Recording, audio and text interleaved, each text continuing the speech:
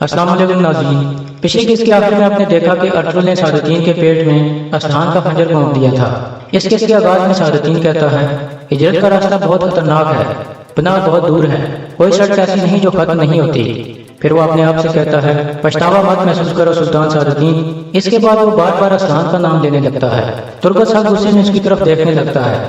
اتنے میں ارطغرل اپنی تلوار اٹھا کر کہتا ہے اب تمہارے کالے الفاظ ختم ہو چکے ہیں کوپک، اب وقت آ گیا ہے کہ تمہارا کالا خون اس کالے لوہے سے نیچے بہہ جائے۔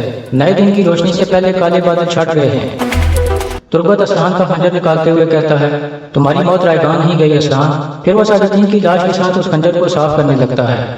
اتنے میں ارطغرل منلب کو کہتا ہے میرے وفادار قلعے دار منلب صاحب، اب جا کر دوبارہ اپنی ذمہ داری شروع کر دو، میں کارا جیسے تمہاری امانت میں سونپتا ہوں۔ آخر میں ارطغرل اسامتین کراچا کو کہتا ہے سلطان کے حکم پر ہم نے غدار کا سر اتار دیا ہے اور اپنی ذمہ داری مکمل کر دی ہے۔ اسامتین کہتا ہے اب فوج کی کمانڈ میں سنبھالوں گا، آپ بے فکر رہیں۔ پھر امیر توغان کہتا ہے ہم اس کتے کا سر لوگوں کے سامنے لٹکا دیں گے جیسے آپ نے منصوبہ بنایا تھا ارطغرل صاحب۔ ارطغرل کہتا ہے ہر کسی کو کوپے کے انجام کا پتہ چلنا چاہیے تاکہ وہ جان سکیں کہ ترکوں کی ریاست ہمیشہ قائم رہے گی اور اس کو کوئی بھی شخص تباہ نہیں کر سکتا۔ پھر وہ سب اللہ اکبر کے نعرے لگانے لگتے ہیں۔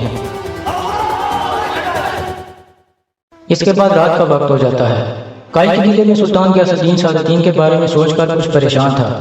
اتنے میں قبیلے کا ڈول بجتا ہے۔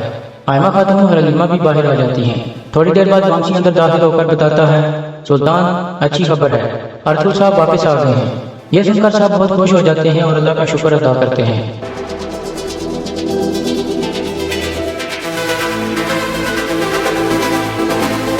پھر ارطغرل اور غیاث الدین ایک دوسرے کو خوش آمدید کہتے ہیں۔ غیاث الدین کہتا ہے مجھے امید ہے کہ آپ اچھی خبر لائے ہو ارطغرل صاحب۔ ارطغرل کہتا ہے اللہ کے حکم سے آپ نے ہمیں جو ذمہ داری دی تھی وہ مکمل ہو گئی ہے سلطان۔ اس بلا سعادتین کوپے کا ہم نے خاتمہ کر دیا ہے۔ یہ سن کر سب بہت خوش ہو جاتے ہیں۔ پھر ارطغرل صاحب سے مخاطب ہو کر کہتا ہے اللہ کا شکر ہے کہ ہمیں فتح حاصل ہوئی ہے اور غداروں کو پشیمانی کا سامنا کرنا پڑا ہے۔ غیاث الدین کہتا ہے آپ نے ہمارے مرحوم سلطان علاء الدین تربت صاحب کی بیوی اسنان خاتون اور بہت سی معصوموں کا انتقام لے لیا ہے ارطغرل صاحب، ہماری ریاست اب دوبارہ چمکے گی انشاءاللہ۔ پھر غیاث الدین بلند آواز میں کہتا ہے میں حکم دیتا ہوں کہ سردار اعلیٰ کا عہدہ دوبارہ آپ کو دیا جاتا ہے ارطغرل صاحب، ان زمینوں پر آپ کی حکمرانی ہوگی، میں واپس پونیاں جا کر دوبارہ اپنی ذمہ داری سنبھال لوں گا۔ اب میں چاہتا ہوں کہ میری والدہ ریاست کے معاملات میں مداخلت نہ کریں، اس لیے یہ علائی محل میں رہیں گی۔ مہابری کہتی ہے جیسے آپ کی خواہش سلطان، میں صرف آپ کی اور ریاست کی سلامتی چاہتی ہوں۔ پھر ارطغرل سلطان سے اجازت لے کر اپنی والدہ سے ملاقات کرتا ہے۔ پھر سلطان غیاث الدین کہتا ہے کل انشاءاللہ میں واپس پونیاں روانہ ہو جاؤں گا، جانے سے پہلے آپ مجھے اپنی کوئی خواہش بتا سکتے ہو ارطغرل صاحب؟ ارطغرل کہتا ہے میری صرف ایک ہی خواہش ہے کہ آپ اور ہماری ریاست مضبوط رہے۔ اب ہم سوگڑ کی طرف ہجرت کی تیاریاں شروع کر دیں گے اور اسے اپنا گھر بنائیں گے انشاءاللہ۔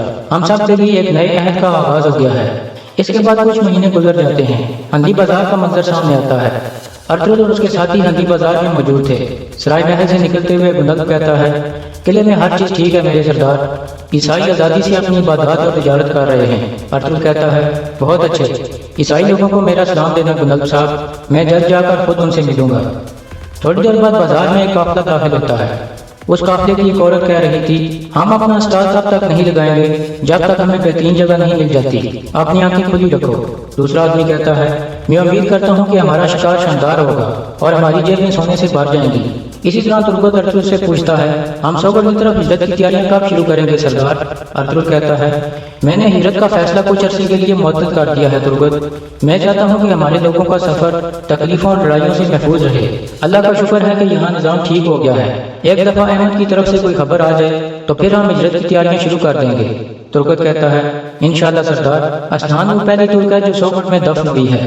اتنے میں عبد الرحمن آ کر کہتا ہے ارطغرل صاحب قبیلے میں بہار کے جشن کی تیاریاں مکمل ہو چکی ہیں، لوگ آپ کا انتظار کر رہے ہیں۔ ارطغرل کہتا ہے چلے پھر قبیلے جا کر ہم اپنی روایات کے مطابق بہار کا جشن مناتے ہیں۔ اسی طرح اس عورت کا قافلہ بازار میں ایک جگہ رک جاتا ہے۔ پھر وہ عورت ایک دکان کے سامنے پہنچ جاتی ہے۔ دکان کا مالک پوچھتا ہے تمہیں کیا چاہیے خاتون؟ عورت کہتی ہے مجھے جو چاہیے وہ میں گھنے جنگلوں سے حاصل کرتی ہوں، تمہاری گٹیا دکان سے نہیں۔ پھر وہ عورت ایک چیز اٹھا کر پوچھتی ہے اس کی کیا قیمت ہے؟ تاجر کہتا ہے 2 سونے کے سکے۔ عورت کہتی ہے تمہیں اس کے 2 سکے مانگتے ہوئے شرم نہیں آئی؟ یہ کہہ کر وہ اس چیز کو پھینک دیتی ہے۔ پھر وہ ایک کھال اٹھا کر کہتی ہے مجھے یقین ہے تم اس کے 3 سکے مانگو گے۔ پھر وہ عورت اسے بھی نیچے پھینک۔ اتنے میں وہ تاجر غصے میں آ جاتا ہے اور کہتا ہے خاتون یہاں سے چلی جاؤ، اس سے پہلے کہ میں تمہیں اور تمہارے شکاریوں کو کچل دوں۔ عورت کہتی ہے کیوں؟ تاکہ تم بکری کی کھال کو ریچھ کی کھال کہہ کر لوگوں کو بیچ سکو۔ یہ سن کر وہ تاجر حملہ کر دیتا ہے۔ پھر وہ عورت بلند آواز میں کہتی ہے اس بازار کا محافظ کون ہے؟ تو عورت کے قریب آ کر ارطغرل کہتا ہے میں ہوں۔ عورت بھی قریب آ کر کہتی ہے اور تم کون ہو؟ ارطغرل مسکراتے ہوئے کہتا ہے سلیمان شاہ کا بیٹا ارطغرل۔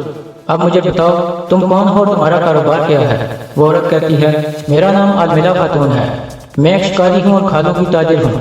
یہ میرا بھائی اینج ہے، یہ دنیا کا سب سے بہترین شکاری ہے، اس کے تیر سے کوئی بھی حیوان بچ کر بھاگ نہیں سکتا، اور یہ استاد کارآمد ہے، یہ کھالوں کو تیار کرنے میں ماہر ہے۔ ارطغرل کہتا ہے ٹھیک ہے، اب مجھے بتاؤ کہ تم اس بازار میں کیوں آئے ہو اور اس تاجر سے لڑائی کیوں کی؟ المیلا کہتی ہے یہ غلیظ جسے آپ تاجر کہتے ہو یہ ایک ڈاکو کے علاوہ کچھ بھی نہیں ہے ارطغرل صاحب، یہ آدمی بکریوں کی کھال کو ریچھ کی کھال کہہ کر لوگوں کو بیچ رہا ہے۔ ارطغرل اس تاجر سے پوچھتا ہے کیا یہ عورت صحیح کہہ رہی ہے؟ تاجر کہتا ہے مال میری دکان پر سامنے پڑا ہوتا ہے سردار، لوگ چاہیں تو اسے خریدیں یا نہ خریدیں، وہ آزاد ہے۔ پھر المیلا کہتی ہے تم جسے ریچھ کی کھال کہہ کر بیچ رہے ہو اسے بھی تم اچھی طرح سے تیار نہیں کرتے ہو، تم ایک فراڈ ہو۔ ارطغرل قرآن پاک کا حوالہ دیتے ہوئے اس تاجر کو کہتا ہے سچ کو ثابت کرنا صحیح ہے اور جو غلط ہے وہ غلط ہے۔ پھر ارطغرل اپنے سپاہیوں کو کہتا ہے فوراً اس تاجر کو میرے بازار سے نکال دو۔ وہ تاجر روتے ہوئے کہتا ہے مجھے معاف کر دیں ارطغرل صاحب۔ ارطغرل کہتا ہے ارطغرل صاحب میں دوبارہ کبھی اس آدمی کو یا اس کے سامان کو اپنے بازار میں نہیں دیکھنا چاہتا۔ پھر ارطغرل صاحب کو خاموش کرا کر کہتا ہے اب مجھے بتاؤ المیلا خاتون آپ کیا چاہتی ہو؟ المیلا کہتی ہے جیسے ہمارے خدا نے حکم دیا ہے میں ایمانداری سے آپ کے بازار میں تجارت کرنا چاہتی ہوں ارطغرل صاحب، ہم آپ کے لوگوں کو بھی روزگار دیں گے اور تجارت کو کافروں کے علاقوں تک پھیلا دیں گے، ہمارے مزید استاد لوگ بھی پیچھے آ رہے ہیں، وہ راستے میں ہیں۔ ارطغرل کہتا ہے اب سے یہ اسٹال آپ کا ہے المیلا خاتون۔ پھر ارطغرل اس کے قریب آ کر آہستہ سے کہتا ہے لیکن یہ اچھی طرح سے سمجھ لو کہ یہاں انچارج میں ہوں، اگر تم میرے الفاظ کے خلاف گئی تو یہاں اپنا مال بیچ نہیں سکو گی، میں تمہیں کچل ڈالوں گا۔ یہ کہہ کر ارطغرل وہاں سے چلا جاتا ہے۔ کچھ دور جا کر ارطغرل کہتا ہے اس عورت پر نظر رکھنا ارطغرل صاحب، میں اس کے ہر قدم کے بارے میں آگاہ رہنا چاہتا ہوں۔ دوسری طرف بلیدر قلعے میں ایک سپاہی اندر آ کر کریتوس کو شہنشاہ کی طرف سے خط دیتا ہے۔ کریتوس خط پڑھنے کے بعد غصے میں اسے پھینک دیتا ہے۔ یہ دیکھ کر احمد پوچھتا ہے کیا ہوا کریتوس؟ کریتوس کہتا ہے شہنشاہ نے فوج بھیجنے سے انکار کر دیا ہے، وہ صلح کو قائم رکھنا چاہتا ہے۔ احمد کہتا ہے بزدل شہنشاہ، اس نے کئی مہینوں سے ہمیں لٹکائے رکھا لیکن ہم ہار نہیں مانیں گے کریتوس۔ کریتوس غصے میں کہتا ہے ہم ہار نہیں مانیں گے آرس، میں اپنے بیٹے کا انتقام لوں گا اور اپنی فوج سے ارطغرل کا سامنا کروں گا۔ ارطغرل کے سو گڑھ جانے سے پہلے میں اپنے ہاتھوں سے اسے قتل کر دوں گا اور اس کام کی سربراہی میں تمہیں سونپتا ہوں آرس۔ احمد کہتا ہے تم بے فکر ہو جاؤ کریتوس۔ یہ کہہ کر احمد باہر نکل جاتا ہے۔ دوسری طرف قائد قبیلے میں بہار کی آمد کا جشن شروع ہو چکا تھا۔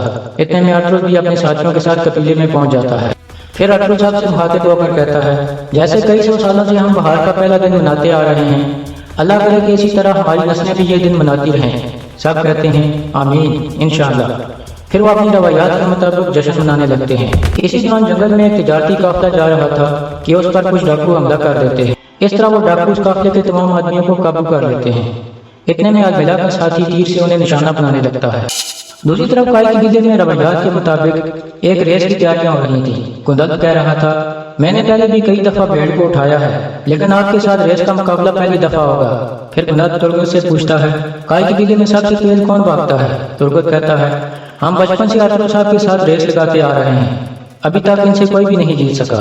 اتنے میں بامسی بھی وہاں پہنچ جاتا ہے جو افسا کے پاس پونیا گیا ہوا تھا، وہ سب سے ملاقات کرنے لگتا ہے۔ بامسی کہتا ہے اللہ کا شکر ہے میری بیٹی پیدا ہوئی ہے۔ یہ سن کر سب بہت خوش ہو جاتے ہیں اور اسے مبارکباد دینے لگتے ہیں۔ پھر ارطغرل پوچھتا ہے وہ تمہارے ساتھ کیوں نہیں آئے بامسی؟ بامسی کہتا ہے وہ بالکل ٹھیک ہے، کچھ وقت آرام کرنے کے بعد وہ آ جائیں گے انشاءاللہ۔ پھر بلند بھی گلے مل کر بامسی کو مبارکباد دیتا ہے۔ پھر بامسی بلند آواز میں کہتا ہے میں نے اپنی بیٹی کا نام اسلحان رکھا ہے۔ یہ سن کر ترگت مسکرانے لگتا ہے اور پھر بامسی کے گلے لگ کر اسے مبارکباد دیتا ہے۔ اس کے بعد بامسی کہتا ہے میں بھی اس ریس میں حصہ لوں گا۔ ارطغرل کہتا ہے چلو بہادروں، بامسی کو بھی ریس کے لیے تیار کرو۔ یہ سن کر کوئی سپاہی بامسی کو تیار کرانے لگتے ہیں۔ اتنے میں حلیمہ سلطان کی طبیعت کچھ خراب ہونے لگتی ہے اور یہاں اس ٹیسٹ کا اختتام ہو جاتا ہے۔